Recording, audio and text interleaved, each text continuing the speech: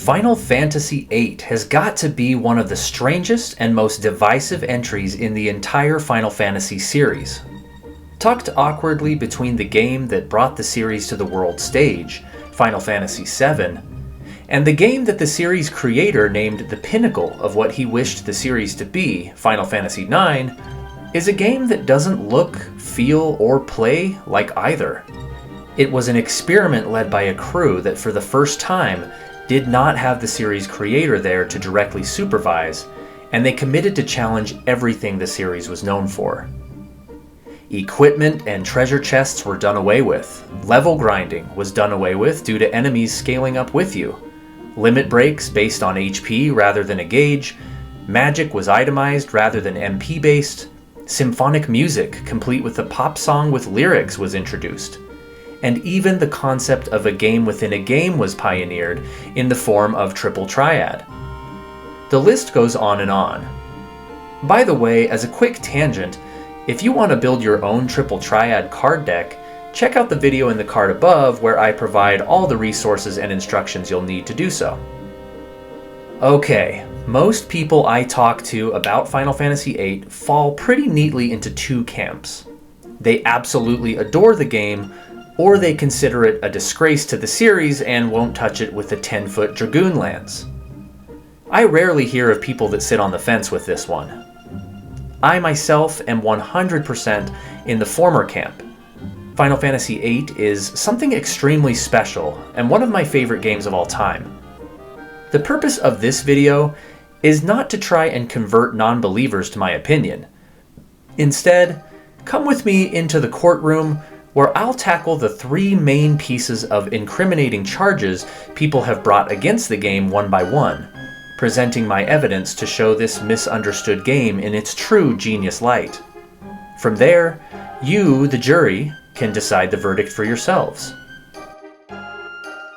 In my experience, the charges brought against the game are as follows. Number 1, the story is a mess. Number 2, the characters are uninteresting. And number 3, the battle system is broken. Before we get started, I'm going to throw out a major spoiler warning for the game, as I will be discussing the ending, themes, and specific important plot twists. So, esteemed members of the jury, I present to you my evidence of the game's innocence and even greatness, starting with the most important and longest one. So buckle up.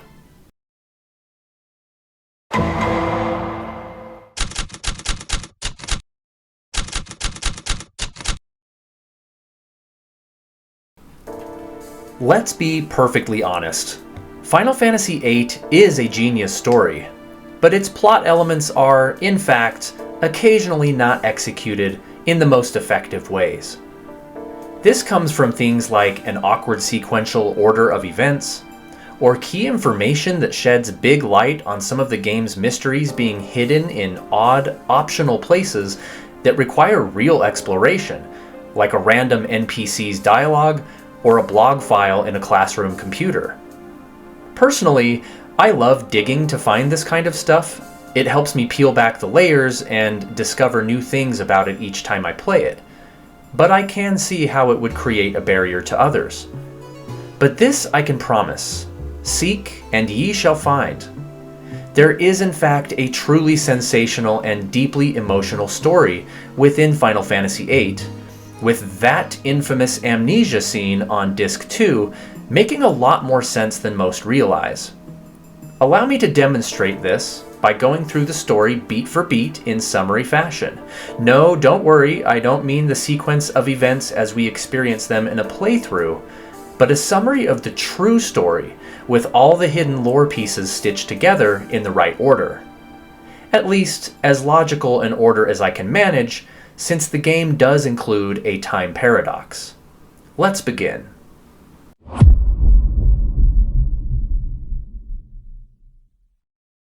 In the beginning, the great creator known as Hein forms humankind as tools to be used to assist in terraforming the Earth while he sleeps. But upon awakening, he observes the humans have grown far more powerful than he intended through their own ingenuity, and ends up going to war with them. Threatened with defeat, Hein ends up deceiving the human armies with a mock surrender, promising them power in the bestowing upon them half of his body, which ends up being void of magic and useless. In a power move that guarantees eternal victory, the other half he hides in plain sight, inside the bodies of their own kind, namely select human women who must pass down their abilities to another before they can die. Thus, Hein would rule indirectly for all generations. These women became known as sorceresses, and the only people who can use magic, at least at first.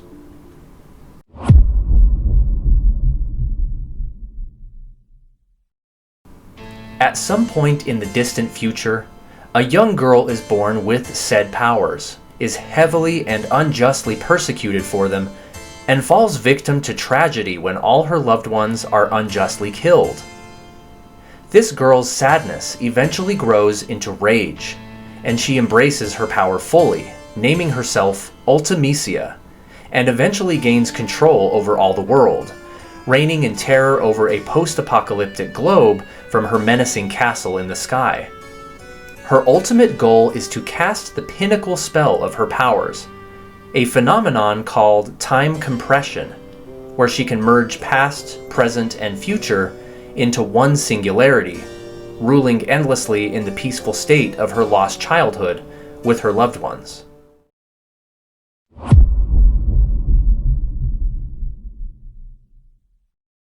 The problem with Ultimecia's plan is that casting the time compression spell takes longer than a typical human lifespan, rendering the idea impossible. Until the sorceress had a bit of luck. Existing in her far distant future time is a sophisticated machine called the junction machine.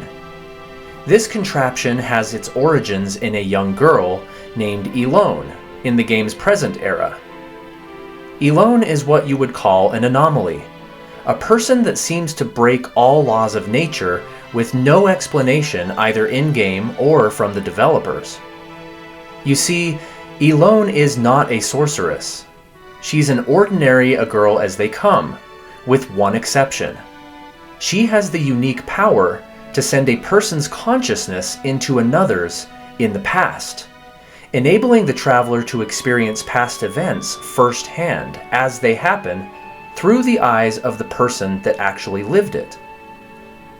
It's important to understand this is not time travel, but rather something closer to dimension jumping. Both parties still exist entirely in the past and present respectively, but only their consciousnesses are temporarily linked. At a certain point, one Dr. Odine is able to study this mysterious power of Elone's, and by the end of his life, mechanize it, building it into the physical machine mentioned earlier. The same junction machine that Ultimecia uses in the future as part of her grand scheme. She will use the junction machine to send her consciousness back to Elone's time, which is the present era of the game. There, she can find the real Elone, the original source of this ability, and use her as a tether to fling her consciousness even further back, where she can finally cast time compression. Bear in mind, everything we have discussed so far is only touched on in-game, way off the beaten path, or, in part, near the end of the main story. Using the junction machine, Ultimecia succeeds in sending her own consciousness back into a woman named Edea, but rather than just being a witness to her life events, manages to gain control of her mind and body, thus infiltrating the game's present time to begin her search for Elone.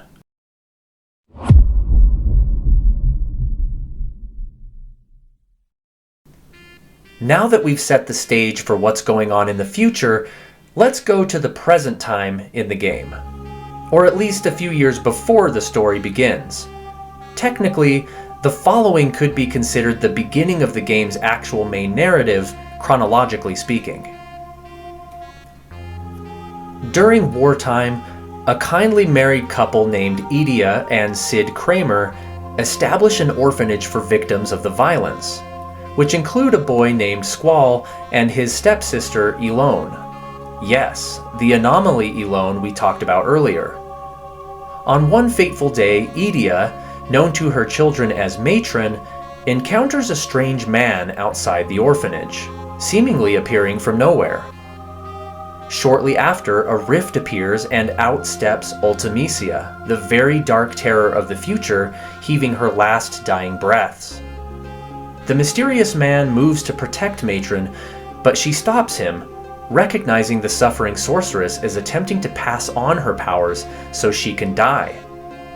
Not wanting Ultimecia to target any of the children, Idia willingly becomes the new host, and Ultimecia transfers her powers, then dies on the spot. Why was she dying? Well, here is where things get wild. The mysterious man informs Idia that he is a member of an elite, anti-sorceress military force called SEED. And though it doesn't make sense to Matron, he claims she is the very person who created this force. Idia then puts the pieces together. She recognizes the man as Squall, one of her own orphan boys, albeit as an adult, and tells him lovingly that his presence is not welcome in this time and place. Squall salutes her in loving respect and vanishes back into the rift. This event sets off the time paradox. That is, in order for Ultimecia to die in the future, Idia must raise her orphaned children to be special forces trained specifically to kill her, which is what Squall just did. But their defeating her in the future is exactly what prompts Ultimecia to return and pass her powers to Idia according to her plan. It's mind-bending to say the least. The loop doesn't have a beginning or an end. Trust me, we're getting to the amnesia thing. Let's keep going.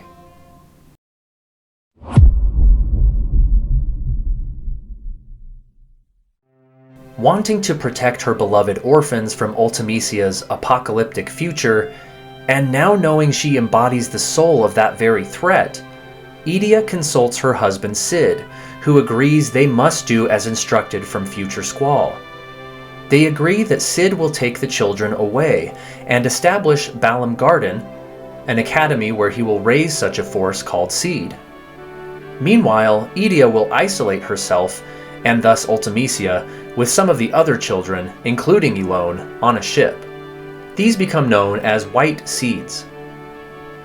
Idia and Sid recognized that if their orphans were to stand any chance of defeating the sorceress from the future, they needed to be able to wield magic. And here is where the infamous amnesia scene comes into play, which is a hotbed for contention among players. Essentially, about halfway through the game, it is revealed that all of the main cast, almost, just so happened to grow up in the same orphanage with Matron, which none of them seem to remember until that point. Again, it's not executed in quite the right way and could have used some more foreshadowing, but those that claim it's just a lazy or convenient plot point, respectfully, don't fully understand the story. You see, ever caring for the feelings of their children, Idia and Sid determined to use GFs, or Guardian Forces, as a required part of SEED training. Sure, these would grant them tremendous power for their future fights against sorceresses, but binding one's mind to a GF through a process called junctioning is actually a scientifically unstable practice with a known side effect of memory loss. Sid and Idia knew full well this would wipe the memories of their children, thus strategically enabling them to kill any sorceresses they will ever encounter without hesitation, even if it is their own orphanage matron. In other words, the party's amnesia revealed on Disc 2 is no coincidence at all, but rather an integral part of Idia and Sid's plan. This is also the reason Irvine botched the assassination shot during the SEED mission on Disc 1. Not because of nerves, as he initially states, but because he recognized Idia as their orphanage mother, since unlike the rest of them, he had never before used GFs.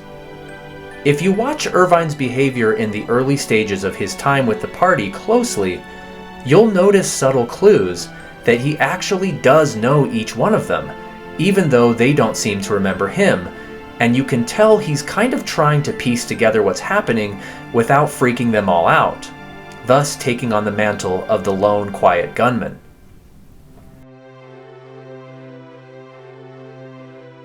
There is actually a lot of dialogue in the game that reinforces the fact that A, the amnesia was forced upon the main cast, and B, they were intentionally and strategically placed in close proximity to one another as they grew up, making the entire situation anything but a convenient plot device.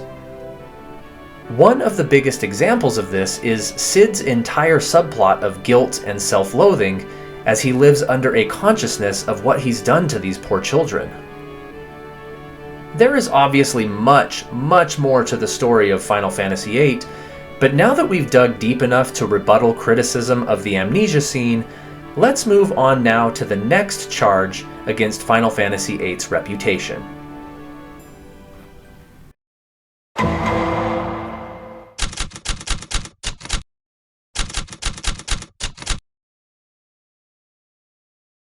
Like all good stories, the world and background should be nothing more than a stage to show characters we can relate to as they learn, grow, and change. The only reason J.R.R. Tolkien's infinitely detailed Middle-earth is interesting is because it's populated by characters that experience the same real feelings we do. Together, these form powerful themes that are open to interpretation and empower the participant, in this case the player, to also change and grow. I would argue this is actually Final Fantasy VIII's true strength. While I love and respect the story, it isn't as straightforward as Final Fantasy VII, the original, nor as charming as Final Fantasy IX. But the characters and the themes are what really make this game shine. Before I go any further though, let's address the criticism I hear head on. Final Fantasy VIII's characters are often wrongfully accused of being irritating or erratic, with the primary example being that Squall in the first half of the game is unnecessarily cold-hearted and unlikable, therefore making him uninteresting. While some of these things may be true, the reason for them is what truly matters, especially as we see the characters grow, or fail to grow, as the story progresses. So what exactly is that all-important reason that justifies their behaviors? It's that each of these characters are orphans of war forced into being child soldiers. Although in my mind's eye I always see the characters as adults in maybe their 20s, they are actually all teenagers, with the exceptions of Quistis and Seifer, who are both just 18. In other words, these young adults are victims of extreme trauma, and it's no secret that trauma will seriously alter the behavior of a person, especially a youth. Now, I won't pretend to be an expert in psychology, but the way many of Final Fantasy VIII's main cast act throughout the game seem to be very real defense mechanisms that manifest with trauma victims. Squall, for example, goes to the extreme of shutting everyone out, even aggressively when necessary, to avoid ever being hurt again, like when his sis abandoned him. Seifer goes to the other extreme, lashing out in rebellion at every authority figure around him and taking on the persona of a sorceress knight, a dream he picked up from watching films as a child, and rooted in the desperation to never be vulnerable to anyone. This coping mechanism drives him to extremely irrational behavior, like wounding a training partner, or rejecting his only two loyal friends, Raijin and Fujin, or repeatedly failing the seed exam on purpose. There are other examples I could cover with the rest of the characters, of course, but Squall and Seifer perfectly illustrate my point, being that they are foils for one another, a fact even further illustrated by their opposing scars. Over the course of the plot, Squall is slowly able to let others into his heart and be vulnerable, culminating in an emotional and impactful line at the end, when he is finally able to admit out loud that he will be alright because, quote, "I'm not alone anymore.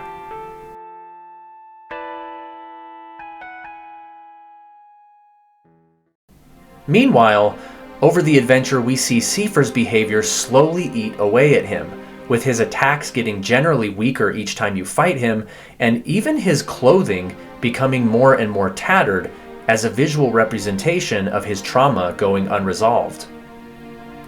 While we are on the subject of Squall working through his problems, it should be noted as well that his repeated infamous one-liner, "whatever," while justified based on what we just explored, is not entirely accurate to the original Japanese version, which, as you can see on screen, is much more varied and insightful, presenting a more well-rounded Squall than what we see in the English version.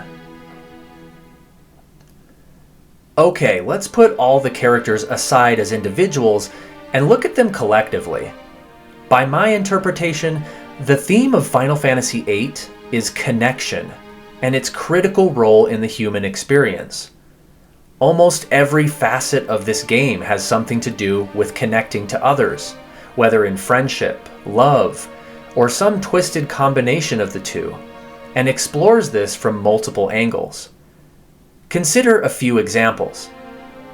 The extreme loneliness of Ultimecia and Elone, each trying to regain their lost families through completely different means, and each learning the hard way that you can't change the past, through either the ability to send loved ones into another's consciousness, or through a horrific spell like time compression. What about the fact that the main cast forgot and then found each other again? Their relationships with one another become a literal lifeline when they must cling to their bonds of friendship in order to literally survive the time compression event and avoid getting trapped in an endless void. How about Quistis misinterpreting her feelings for Squall? Laguna, Kairos, and Ward's display of deep companionship and support over the years. Selphie using her bubbly personality and the Garden Festival to cover her deep sorrow for the loss of her friends and home in Trabia. And of course, the connection between Squall, Rinoa, Laguna, and Julia.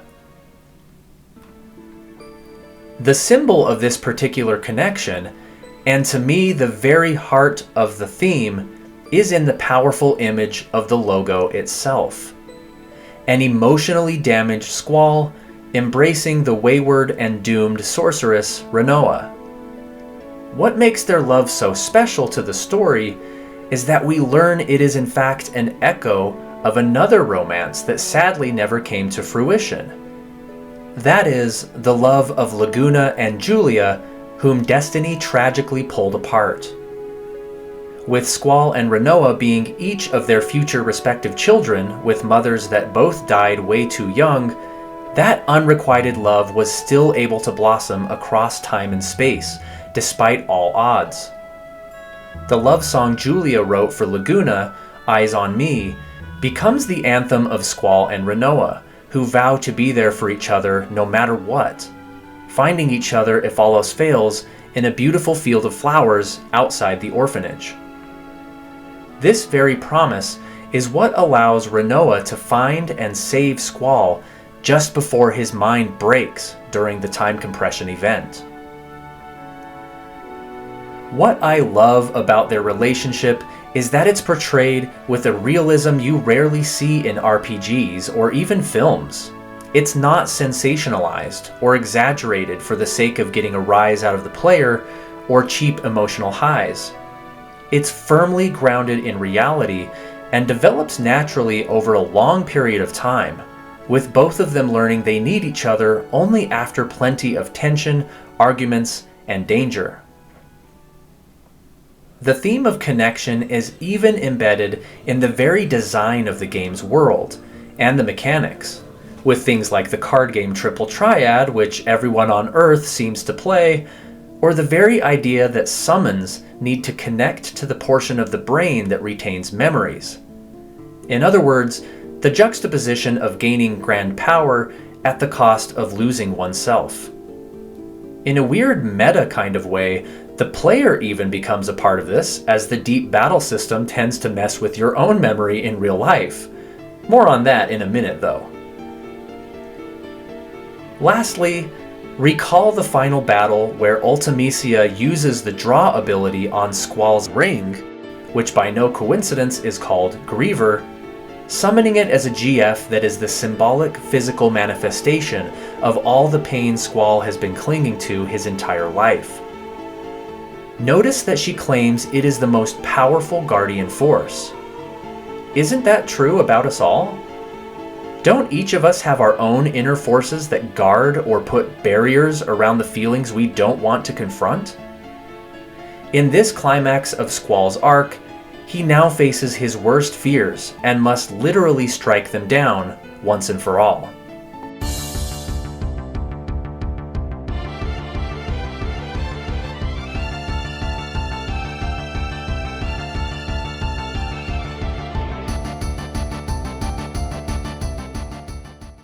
It's some pretty brilliant writing, but it's not all immediately apparent on the surface.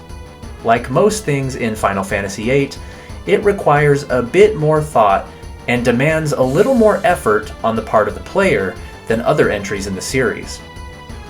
And speaking of effort, let's move right into debunking the last major criticism thrown at the game, shall we?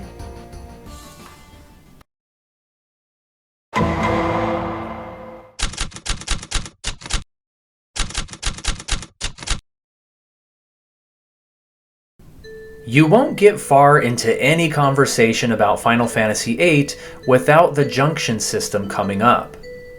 It's said by many to be overly complicated and even broken to the point that it can ruin the progression flow of the game.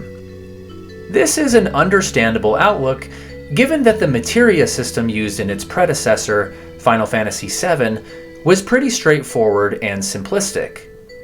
Now, don't get me wrong, there was plenty about the materia system that allowed for some unique and creative customization, but it only went so deep and was pretty simple for even the casual RPG player to grasp. The junction system, on the other hand, is far more complex and again, requires a bit more thought to fully master. Not to mention, it allows for almost limitless creativity and customization. For a lack of better words, it's not for the casual RPG player. It challenges the status quo with a higher cost of entry with the reward of much more creative freedom. With all of that being said, let's just lay it out like it is. It's not nearly as complicated as critics make it out to be, especially now that all of us who first played it in 1999 are grown adults.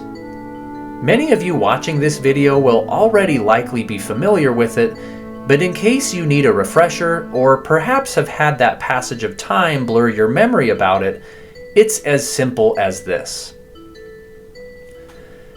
In a typical RPG, your stats get generally stronger as your characters level up, but major boosts come from equipping gear to your head, body, arms, etc. All of the above is true in Final Fantasy VIII, but instead of equipping gear to your body slots, you equip magic spells to each specific stat, like HP, defense, and speed, but also to things like status and elemental attack and defense. That's pretty much it.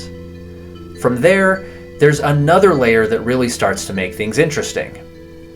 You see, more and more stats to attach spells to are unlocked as you equip and level up summons, the aforementioned guardian forces, to each character. GFs also learn extra abilities like perks you can just toggle on and off, such as no encounters or the mug ability, for example. You can likely already see how this is grounds to overclock your characters and essentially break the game. But before we get into that, let's finish fleshing out the other side of the junction system, which is often the bigger criticism of the game than anything I've explained so far. That is, how you acquire said magic spells to equip in the first place. You acquire magic spells in Final Fantasy VIII by drawing them from enemies in battle with a command. You can also find draw points all around the world. Think of them as little water wells of magic that have a cooldown time before you can use them again. Both methods only add a handful of spells to your inventory at a time, and thus it can take a while to build up a max pool of 100 of each spell type for each character. To me, the simple level grinding expected in most games can be just as tedious and boring as drawing magic, so I don't fully get the complaint about this system, but what people forget is that this is only one approach to take. Since it's the path of least resistance, and at the forefront of the tutorials, I do get why people would just settle on this conclusion and brand the game as too tedious, but really they are in fact missing half the picture. You see, this is where the GF abilities mentioned above come into play. Because as they level up, they also unlock what is essentially a robust crafting system. And when I say robust, I mean overwhelmingly open for experimentation. Using these abilities, you can turn enemies into cards. You can turn those cards into items. Turn the items into tools or spells. Turn regular spells into stronger versions of spells. The list goes on and on and on. So aside from drawing magic from enemies and stocking spells from draw points, you can obtain just as much, if not more, right from inside your menu if you take the time to be strategic about what abilities your GFs are learning and when. This is an extremely low pressure situation, as you can just swap spells and setups between characters with the push of a button. You rarely have to pay for anything with Gil either, and if you do, there's no need to grind money from enemies because you literally just get a paycheck every so often from the garden. How's that for unorthodox? What many people don't realize is that the junction system being, quote, game-breaking, was a fully intentional choice by the developers. In fact, they made enemies in Final Fantasy VIII level up with you, creating a barrier to ensure that you can't just take the lazy way out by level grinding your way to victory using blunt force. Once you fully embrace this fact, and if you have an open enough mind to leave the traditional RPG progression mindset behind for something new and completely different, it truly opens up the combat to be something really special. It grants you the ability to tailor any character to any strength you want as quickly as you want, if you can learn to think outside the box. Aside from all this, I have to quickly mention the limit break system, which I think is the best out of the 3 PS1 Final Fantasy games that utilized it. 7's was awesome, but required you to ration your special move when you got the gauge fully charged. 9's trance system is downright awful, with most of the moves being pretty useless or too similar to one another, not to mention easily wasted as they did not carry over from battle to battle. 8's, on the other hand, is based simply on HP. If you're in that yellow danger zone, spam that thing to your heart's content. It's a simple risk-reward system that works really well and makes you feel completely powerful while still not invincible. On top of that, not only do each party member's techniques differ, but each feature an entirely unique system of their own. Squall's Renzoku-ken is a timing-based minigame, Zell's requires you to enter button combos, Irvine's sees you button mashing a trigger. It's really good stuff. Let's tie up this point. I've been playing a lot of Final Fantasy VIII, which is one of the reasons I started writing this video actually months ago. I played through it with my kids for their first times, and then immediately restarted it again on my own. Now, at the same time, I've also been streaming a Final Fantasy IX playthrough on this channel, and I have to say, putting the two right next to each other is something I've never done before, and it has really cast a new light on things for me. I love 9 to death, but its battle system suddenly feels really shallow and limited by comparison. I often feel helpless and disconnected in combat, and that my arsenal of tools even far into the game don't really do much to help me. In 8, however, even in difficult encounters, I know exactly what's going on under the hood with my stats and setup, and if an enemy surprises me with something tough, I know exactly what went wrong and how to reconfigure it on my next try to game things in my favor. Frankly, I get dizzy thinking about the dev team trying to balance this game's battle system and difficulty. What they pulled off is kind of a miracle.